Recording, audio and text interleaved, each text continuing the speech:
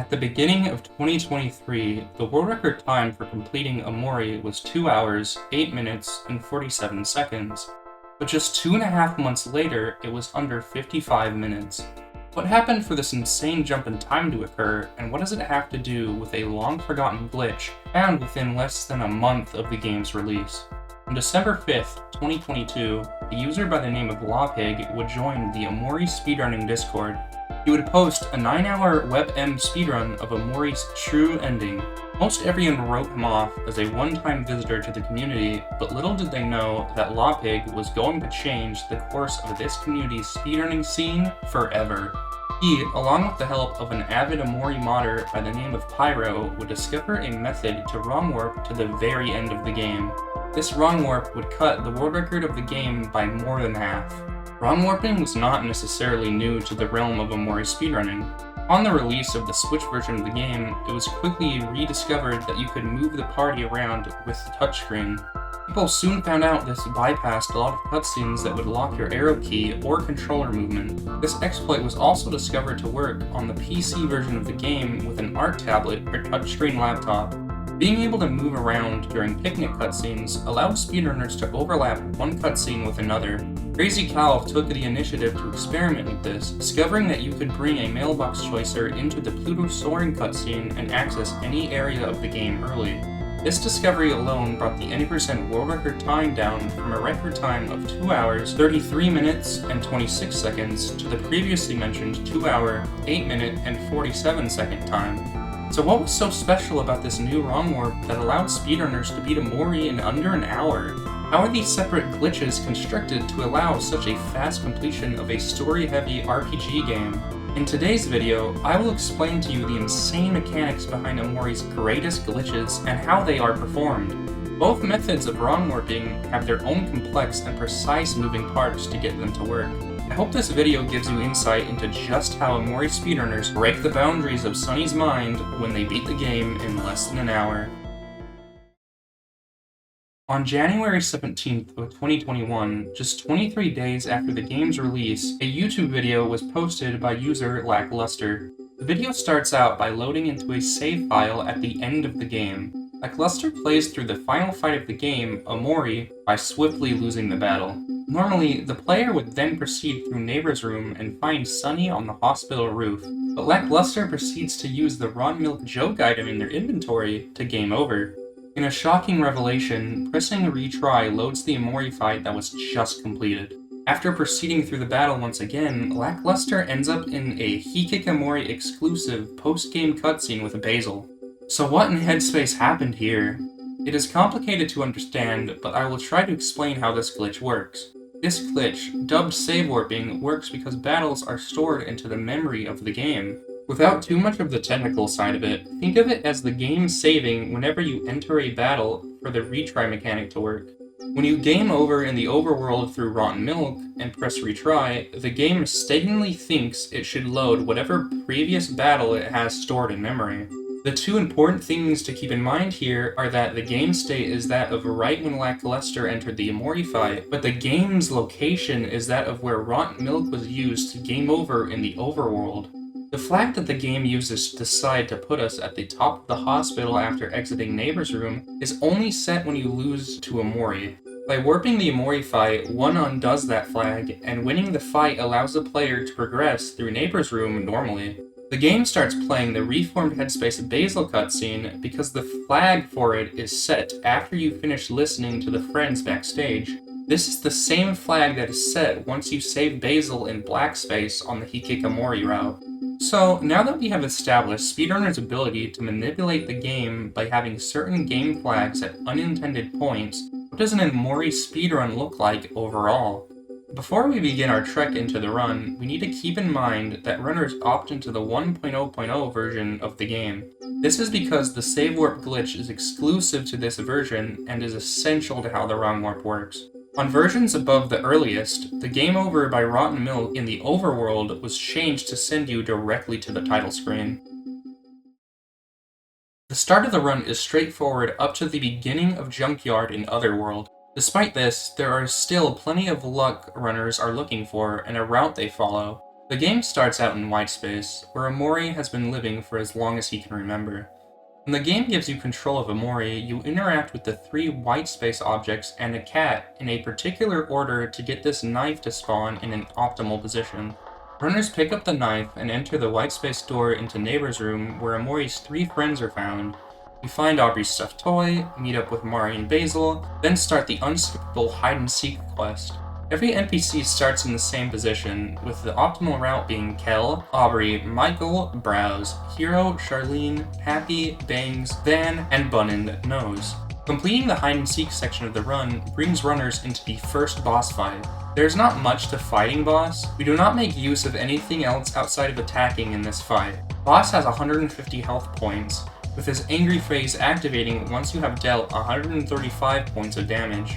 The only thing one can do here is hope that the party lands critical hits and high damage rolls to finish the fight as quickly as possible. A similar story can be said for the 3 sprout moles blocking the path to Basil's house. Just attack and pray. The only one that presents any issue is the sad mole. Because of the increased defense, runners spend Kel's action making the mole angry, lowering its defense. There's also not much to fighting Yield Sprout. All we have to do is guard for 4 turns until we have 10 energy to use Release Energy, making quick work of the battle. Moving to the Fear of Heights hallucination map, there are 2 separate glitches speedrunners perform to save time. In this room, the game wants us to start moving down the stairs, locking all movement except for down. As mentioned before, we can use touchscreen movement to move in directions that are normally locked. Once this cutscene starts, it sets Sunny's speed to be 2, which is much slower than normal. By moving to and interacting with these picture frames, you can gain speed on Sunny. This is because this event with the pictures sets Sunny's speed value to be 4 after it is done, which is his normal movement speed. The other use of the touchscreen here is when the hand starts coming down. By repeatedly clicking on the screen to progress towards the hand, we do not have to wait for it to catch us. This glitch with the touchscreen was discovered a long time ago, but just like save warping, the potential of the touchscreen exploit was not realized until much later in the game's history. Progressing through the story, note that we pick up the A key here. There is no way to skip this key, but collecting a specific number of these black keys is going to be important for the final run warp. Collecting more keys makes these holes expand bigger and bigger, eventually allowing you to jump in them and see interesting events. We want to pick up 5 of these black keys, as it is the lowest amount that will allow us to accomplish the run warp. Heading into Vast Forest to look for Basil, we enter from the left due to the intro panning cutscene being shorter. We are looking to accomplish a few things here. We first need to make an entire trip through the forest to progress the story, then pick up the B key for our 5 key requirement. Lastly, we need to pick up Live Jam and Dandelions to sell for clams in the other world.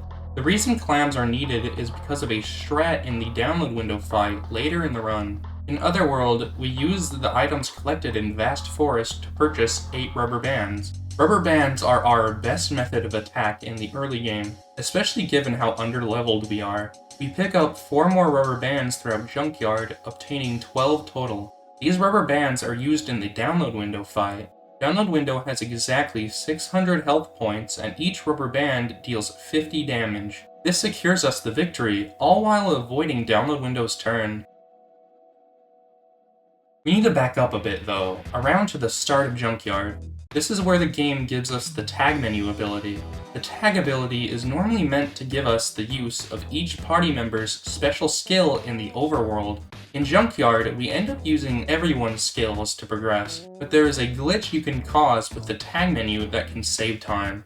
This glitch, called tag stepping, has persisted throughout every update Omori has seen. If you press the tag menu hotkey, which is mapped to the A button by default, and move with precise timing, you can skip over a multitude of events. An event in Omori is a tile location that starts a cutscene, sets a flag, or sets an animation to start playing. If an event is flagged as being on a layer higher or lower than the player, you can tag step it. We use this multiple times throughout the run, the first being in Junkyard's conveyor belt room. The game wants players to tag Hero using his ability of being trying to convince these conveyor bots to switch up the conveyors. However, with the use of the tag stepping glitch, we can simply skip these cutscenes entirely. Funnily enough, a similar glitch to this exists within other indie RPG Maker speedrunning games, but that's a story for another time. When we get to just before the download window room, we do something very important to the success of the route. During the Rosa chase, there is this block of junk that falls down from above.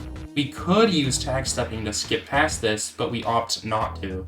This cutscene sets the values of temporary variable 1001 and 1002 to be equal to the x and y coordinates of the block's shadow. Variable 1001 is set to 6, and variable 1002 is set to 31. Temporary variables are used quite often by the game for storing temporary data, usually in cutscenes. This comes into effect later, but keep in mind that variables 1001, 1002, and 1003 are often used for storing the player's map ID and their XY coordinates. Variable 1003 just so happens to already be set to a value runners can use, being that of 3 by the last Mari cutscene before going up into Otherworld. After defeating Download Window, we make our way out of Junkyard and to the Otherworld outskirts. We encounter a wormhole readily available to us, storing our current game state and, more importantly, the data for the variables 1001, 1002, and 1003. Almost all of the pieces to the puzzle of the game-shattering wrong warp are complete. Save it for the black key requirement. While we are waiting to do that, though, we are going to perform a wrong warp with Pluto. We activate the picnic cutscene, pressing Z as quickly as possible to allow the touchscreen to work. We wait for Kel's text box before interacting with the mailbox, because interacting as soon as possible makes the mailbox annoyed at you when you don't buy anything. Overlapping the mailbox text stores the sell, buy, leave choicers. Then we go over to the Pluto station with precise mouse placement and timing. Arrive too early and you will fail to overlap the "Do you want to wait for Pluto?" text box. Your choicers will go into the text asking you if you want to soar in the first place. Arrive too late and you'll end the picnic cutscene, losing your method of overlapping text boxes and choicers. This glitch is very precise and difficult to understand at first. Text overlapping is both a blessing and a curse. One wrong move could have us getting a text box from the mailbox, which completely eats into our picnic text boxes, making it impossible to reach the Pluto station in time. However, the methodologies speedrunners use allow them to acquire consistency with this strat.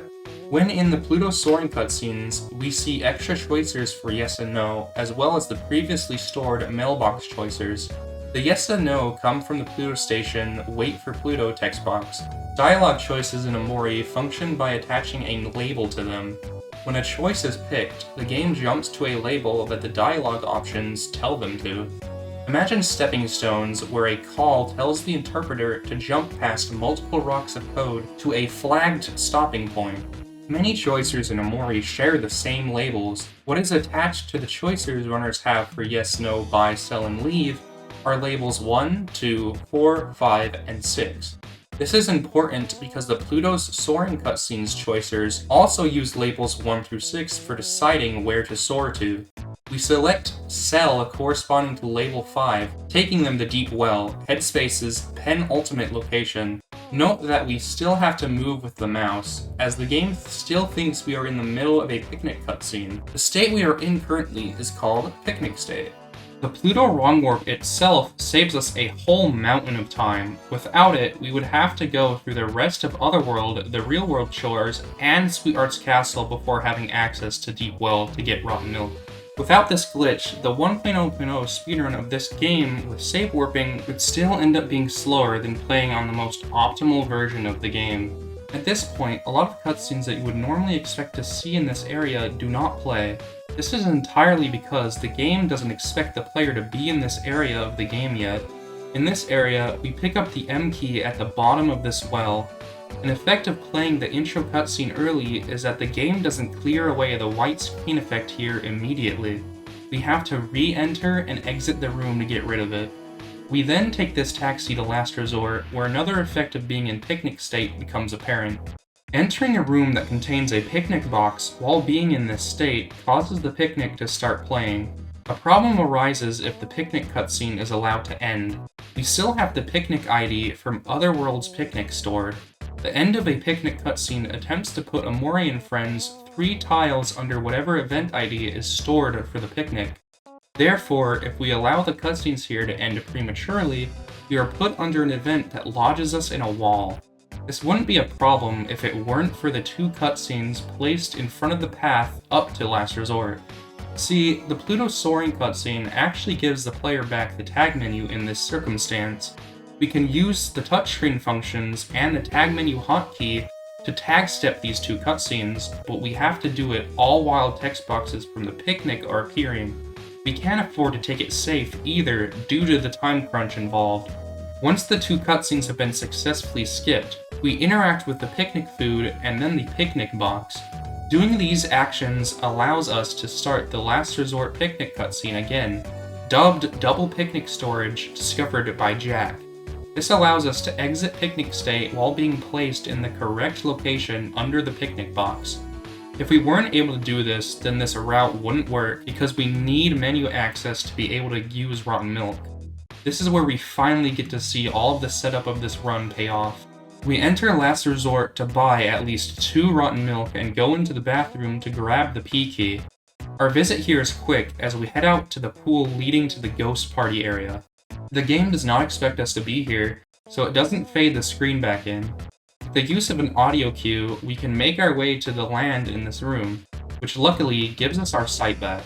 We then proceed to collect the O key as our final key. This will spawn us a black space hole that will bring us to a room with photos that have been crossed out by Sunny. As I mentioned earlier, variables 1001, 1002, and 1003 are used to store temporary data such as the player's position in the game. Black key rooms and the keys themselves make use of these specific variables when deciding where to put you. By using Rotten Milk to save warp, we load into the stored wormhole battle along with our variables of 1001 through 1003 of 6, 31, and 3. This will make the exit to this room send us to the wrong location, thus being called a key wrong warp. FID 6 just so happens to be one of the 3 debug rooms of the game, where we run past everything to the knife stabbed into the ground. This knife was used by the developers to test the knife ending of the game. We interact with the knife, get teleported to Sunny's room where we activate the game's knife ending, securing us a completion time of under an hour. This is definitely the most broken glitch OMORI has ever seen. Despite that slow text on version 1.0.0, access to the debug room had a ripple effect throughout every category of the game. It caused an entire category split between no save warp and unrestricted categories. It's still absolutely mind-boggling to me how much you can break this game apart with just some Rotten Milk and a goal. This is the moment OMORI was beaten in under an hour for the first time with this strategy, performed by KyoshiCadre. Gotta get a 1 without missing Toll Booth.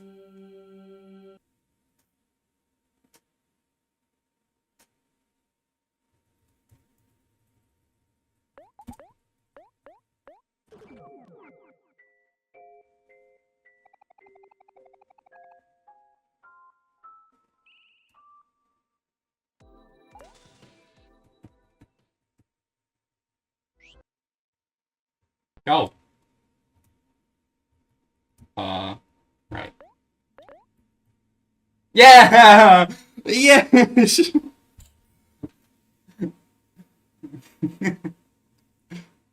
Let's go. Mori beaten in under an hour. It can be 57. This run beat the non-save warp world record by over an hour, and not too long after it was lowered to 54 minutes and 48 seconds, which was also achieved by KyoshiCadre. Even before access to the debug room was discovered, the unrestricted route was insane to see. Lopig's first major contribution to the game with speedrunning came in the form of the secret ending category. He discovered a way to complete the true ending of the game in well under 3 hours, through what is essentially time travel in the real world. You heard it right, save warping allows Sunny to break the fabric of reality. Huge thanks to everyone who helped me on the creation of this video, as well as those who found many of the glitches you saw today. In addition, I ask that you level up by subscribing to me on YouTube. I want to hit my goal of reaching 10,000 subscribers before the end of the year, and I need your help to do it. If you want to further support me, consider becoming a channel member by hitting that join button. It'll help me in my future video creating endeavors. Have a good rest of your day or night, and I hope to see you in whatever video I have planned next.